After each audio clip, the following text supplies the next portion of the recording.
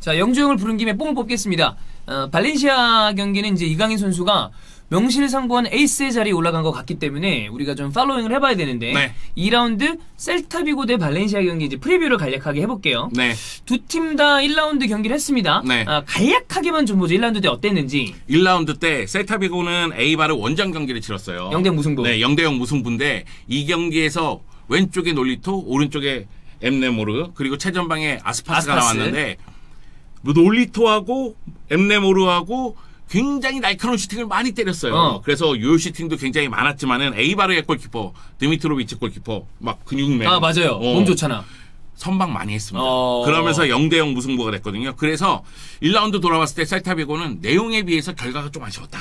이런 경우에 이제 합이 한 번 더 맞아서 다음 경기 때 좋은 결과를 내는 경우도 있습니다. 네. 왜냐하면 놀리토 아스파스 뭐 우리가 또 보는 아주 베테랑들 아닙니까? 네. 예. 거기다가 요쿠슬루가 버티고 있는 가운데 타피아라고 미드필더를 영입했거든요. 프리시즌부터 괜찮아요. 괜찮군요. 그래서 중원에서도 힘을 좀 받는 모습입니다. 물론 이제 셀타비고는 지난 시즌 17위를 기록한 거에서 나타난 것과 같이 수비가 좋은 팀은 아닙니다. 네.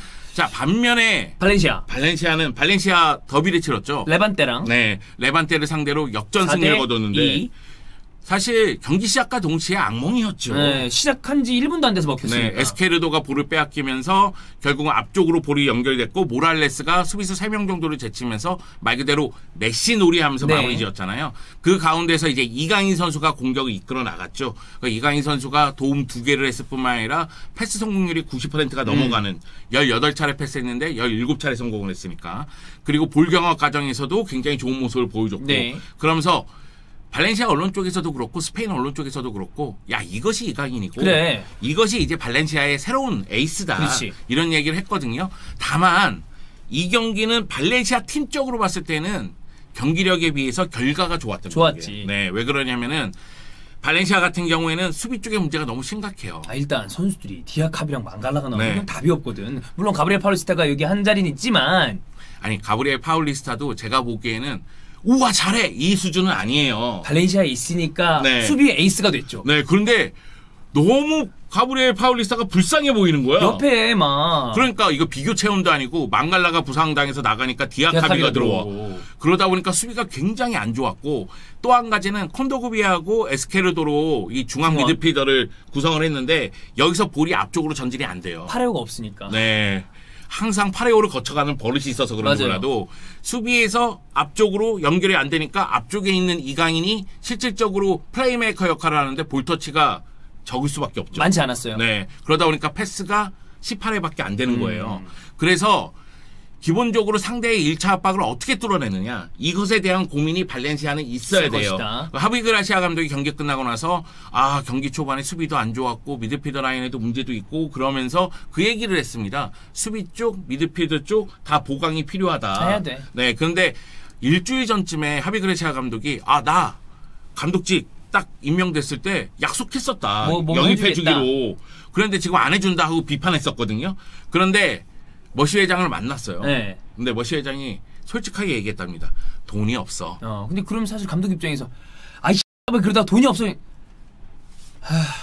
약속이랑 다른데 그러면 어떡하겠어? 그렇죠. 그래서 있는 자원으로 메꿔 넣어야 됩니다. 근데 콘도그비아의 역할을 봤을 때는 콘도그비아는 그대로 나올 가능성이 있고 근데 에스케르도를 썼었는데 에스케르도가 좀 부진했단 말이에요.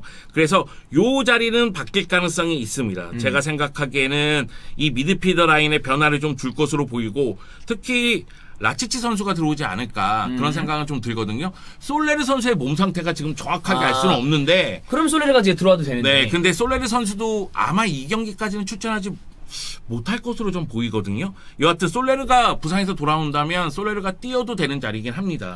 여하튼 이 문제가 있는데 그럼에도 불구하고 전반전에 이강인 선수의 패스를 통해서 킥의 정확도를 통해서 2개의 도움 그리고 이제 2골을 넣으면서 2대1을 맞춰놨고 그리고 70분경에 승부수를 던지죠.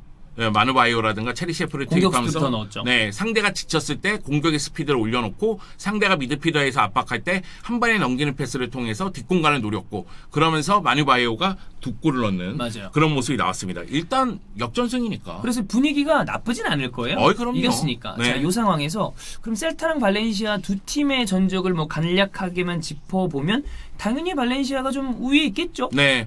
최근 44경기 봤을 때는 19승 15무 10패고요. 최근 7경기 봤을 때는 발렌시아는 패배가 1패밖에 없습니다. 그럼 이제 좀 많이 앞서. 네, 4승 2무 1패예요. 네. 근데 그 1패가 지난 시즌에 당한 패배예요. 그러니까 지난 시즌에 양 팀이 분위기가 안 좋았죠. 네, 둘 다 안 좋았죠. 네, 둘 다 안 좋았죠. 셀타도 까딱까딱했잖아요. 네. 네. 셀타 간신히 잔류했고 맞아요. 발렌시아는 유럽 대항전에 못 나갔으니까. 근데 양 팀이 각각 홈에서 1대0씩 승리를 거두면서 양 팀이 지난 시즌 상대 전적은 뭐 1승 1패니까 대등했다. 호각이었다. 이렇게 봐야죠. 자, 그러면 셀타에서 좀 주목해서 볼 만한 선수를 한 두어 명 정도만 골라주시죠. 역시 아스파스죠. 네, 이게 왜 그러냐면 사실 엠네모르를 고를까 했어요. 왜냐면 엠네모르가 생각보다 너무 잘한 경기였어요. 에이바르전이.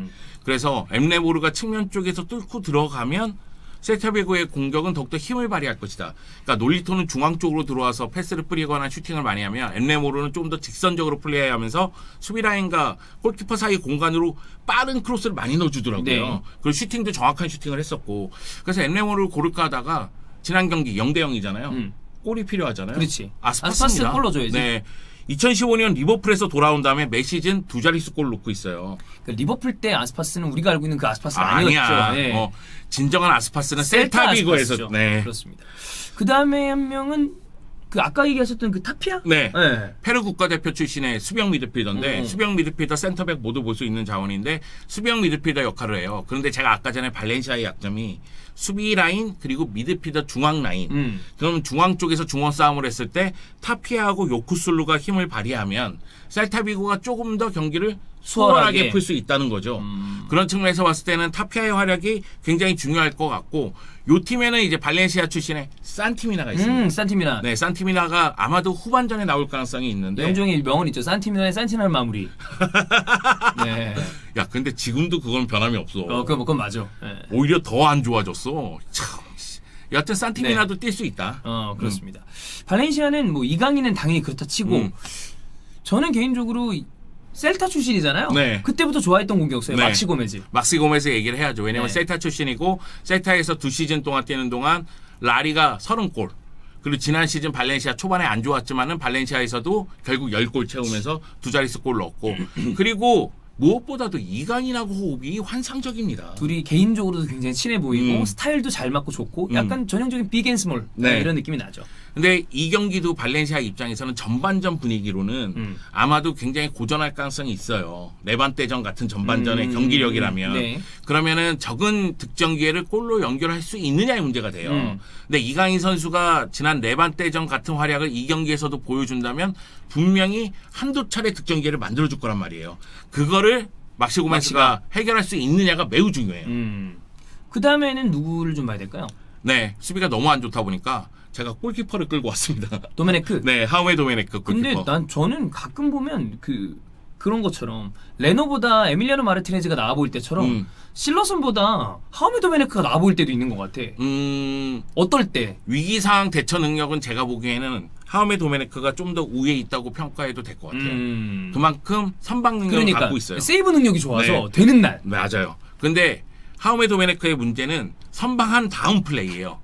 거기서 볼 처리가 불안해요. 아, 네. 네, 그러다 보니까 2차, 3차 좀 위기를 좀 초래하는 경향이 있거든요. 그러니까 실러선 골키퍼를 발렌시아가 영입한 이유는 그래도 발기술을 갖고 있는 골키퍼니까. 네. 그래서 영입을 했었는데 여하튼 실러선 골키퍼가 나올 수 없는 상태니까 하우메 도메네크 골키퍼가 선발로 나올 것이고 그러면 또다시 그 수비 라인 네, 가브리엘이 고생하고 디아카비가 똥 싸놓고 그러면서 상대가 이제 막 슈팅 시도하는 걸 얼마만큼 막아낼 수 있느냐. 레반떼전에서도 선방을 6개 했어요. 그래. 네. 그래서 하우메 도메네크의 활약이 매우 중요하다.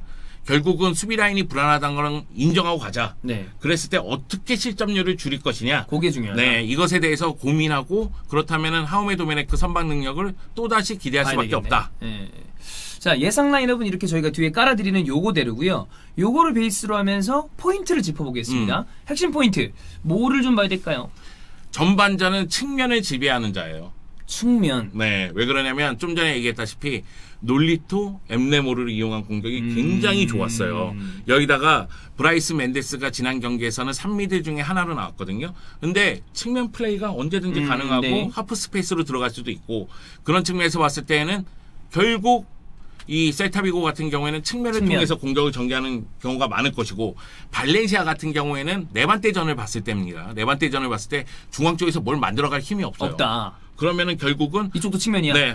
이 상황이 좀 다른 게 뭐냐면 발렌시아는 수비 라인을 갖췄을 때 상대가 스피드를 이용해서 뚫고 들어올 가능성이 있고 반면에 발렌시아는 셀타비고가 라인을 올렸을 때 측면 쪽 공간으로 볼을 연결할 가능성이 많아요. 그럼 뒷공간 파야 되려면 뭐 게데스라거나 네. 아니면 가야가 같이 올라간다거나 또는 이강인 선수가 이제 그렇지. 빠져주면서 플레이를 할 가능성이 있거든요. 이런 측면에서는 전반전은 측면을 누가 더 효율적으로 이용하느냐. 오, 좋아요. 이것이 가장 중요한 것으로 보이고 후반전은 교체 카드예요. 그렇지. 네, 왜 그러냐면 아직까지 선수들이 100% 컨디션이 아니다 보니까 한 75분에서 80분 사이가 되면은 선수들의 체력이 급격히 떨어지는 게 좀 보여요. 그런 상황에서 감독이 얼마만큼 용병수를 잘 쓸 수 있느냐.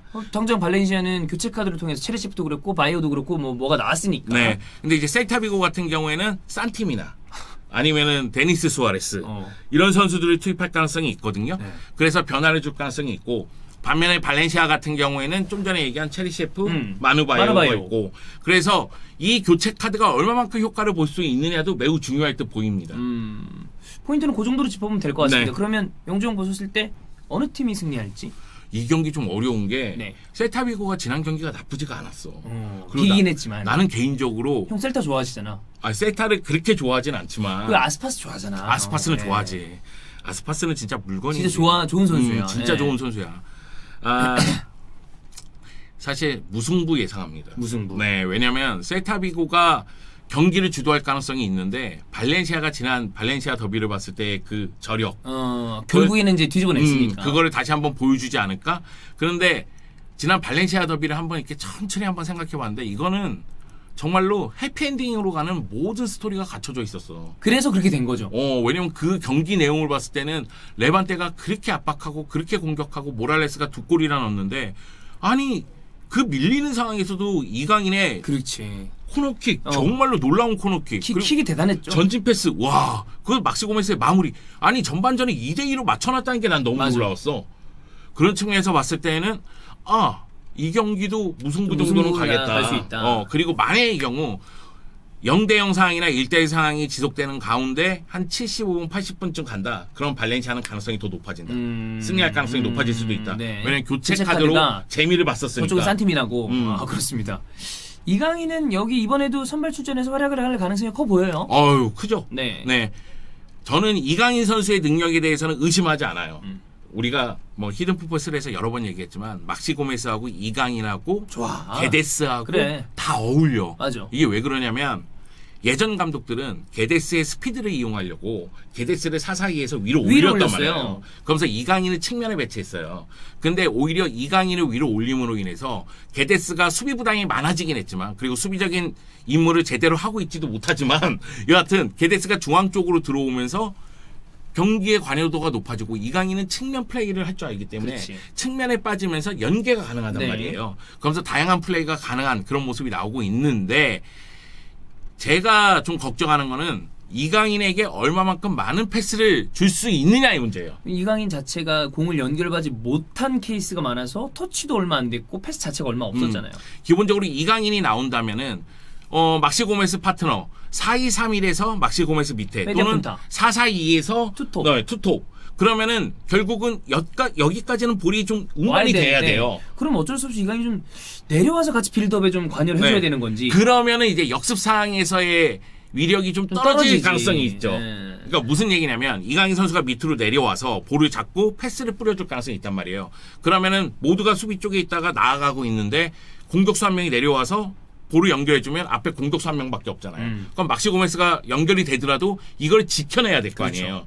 그런데 이강인 선수에게 여기까지 연결이 오면 올라오잖아요. 그러면은 결국은 좌우측에서 올라왔을 때 게데스가 중앙으로 들어가도 어디가 되든 이강인 선수가 패스할 수 있는 선택권이 많아지잖아요. 다수, 그렇지. 네, 그래서 지금 걱정되는 건 이강인에게 얼마만큼 1차 빌드업을 잘해서 연결해 줄 수 있느냐의 문제예요. 그럼 삼성 미드필더진의 활약이 좀 중요하겠네요. 네, 그게 가장 중요하다고 좀 봐요. 그러면 이강인은 활약할 것이다. 훨씬 더 좋은 활약을 그렇지. 펼칠 수도 있다. 그렇습니다. 그리고 요 경기는 이강인 선수가 이 방송을 볼지 모르겠지만 때려라. 슈팅. 왜냐면 빠다 좋거든. 이건 때려야 돼. 그럼. 왜냐면 셀타비고가 은근히 벌어져. 그리고 또 한 가지는 수비적으로 임했을 때 미드필더 라인이 마지막 라인까지 내려가는 그 상황이 있다 보니까 그 앞쪽 공간이 공간이 좀 비는구나. 비는구나. 그럼 그때 때려야지. 네. 그래서 좀 때려도 된다. 여기서 만약에 이강인 중거리 딱 때려가지고 들어가면 영종 완전히 이제 보살되는 겁니다. 그런가요? 그럼요. 영험하게. 그러면은 우리 플랜 A, 플랜 B, 플랜 C에서 다양한 상황을 다 찍어놓고. 죄송한 말씀이면 양아치세요. 주원영 닮아가시나? 네. 그렇습니다. 너무 티났네. 양아치 맞아. 자, 셀타 발렌시아는 요 포인트 생각하시면서 새벽 4시 경기거든요. 그때 이제 아스날 웨스트햄을 저희는 아마 보겠지만 이 경기에 대한 리뷰도 또 준비를 하고 있으니까 함께 하시면 되겠습니다.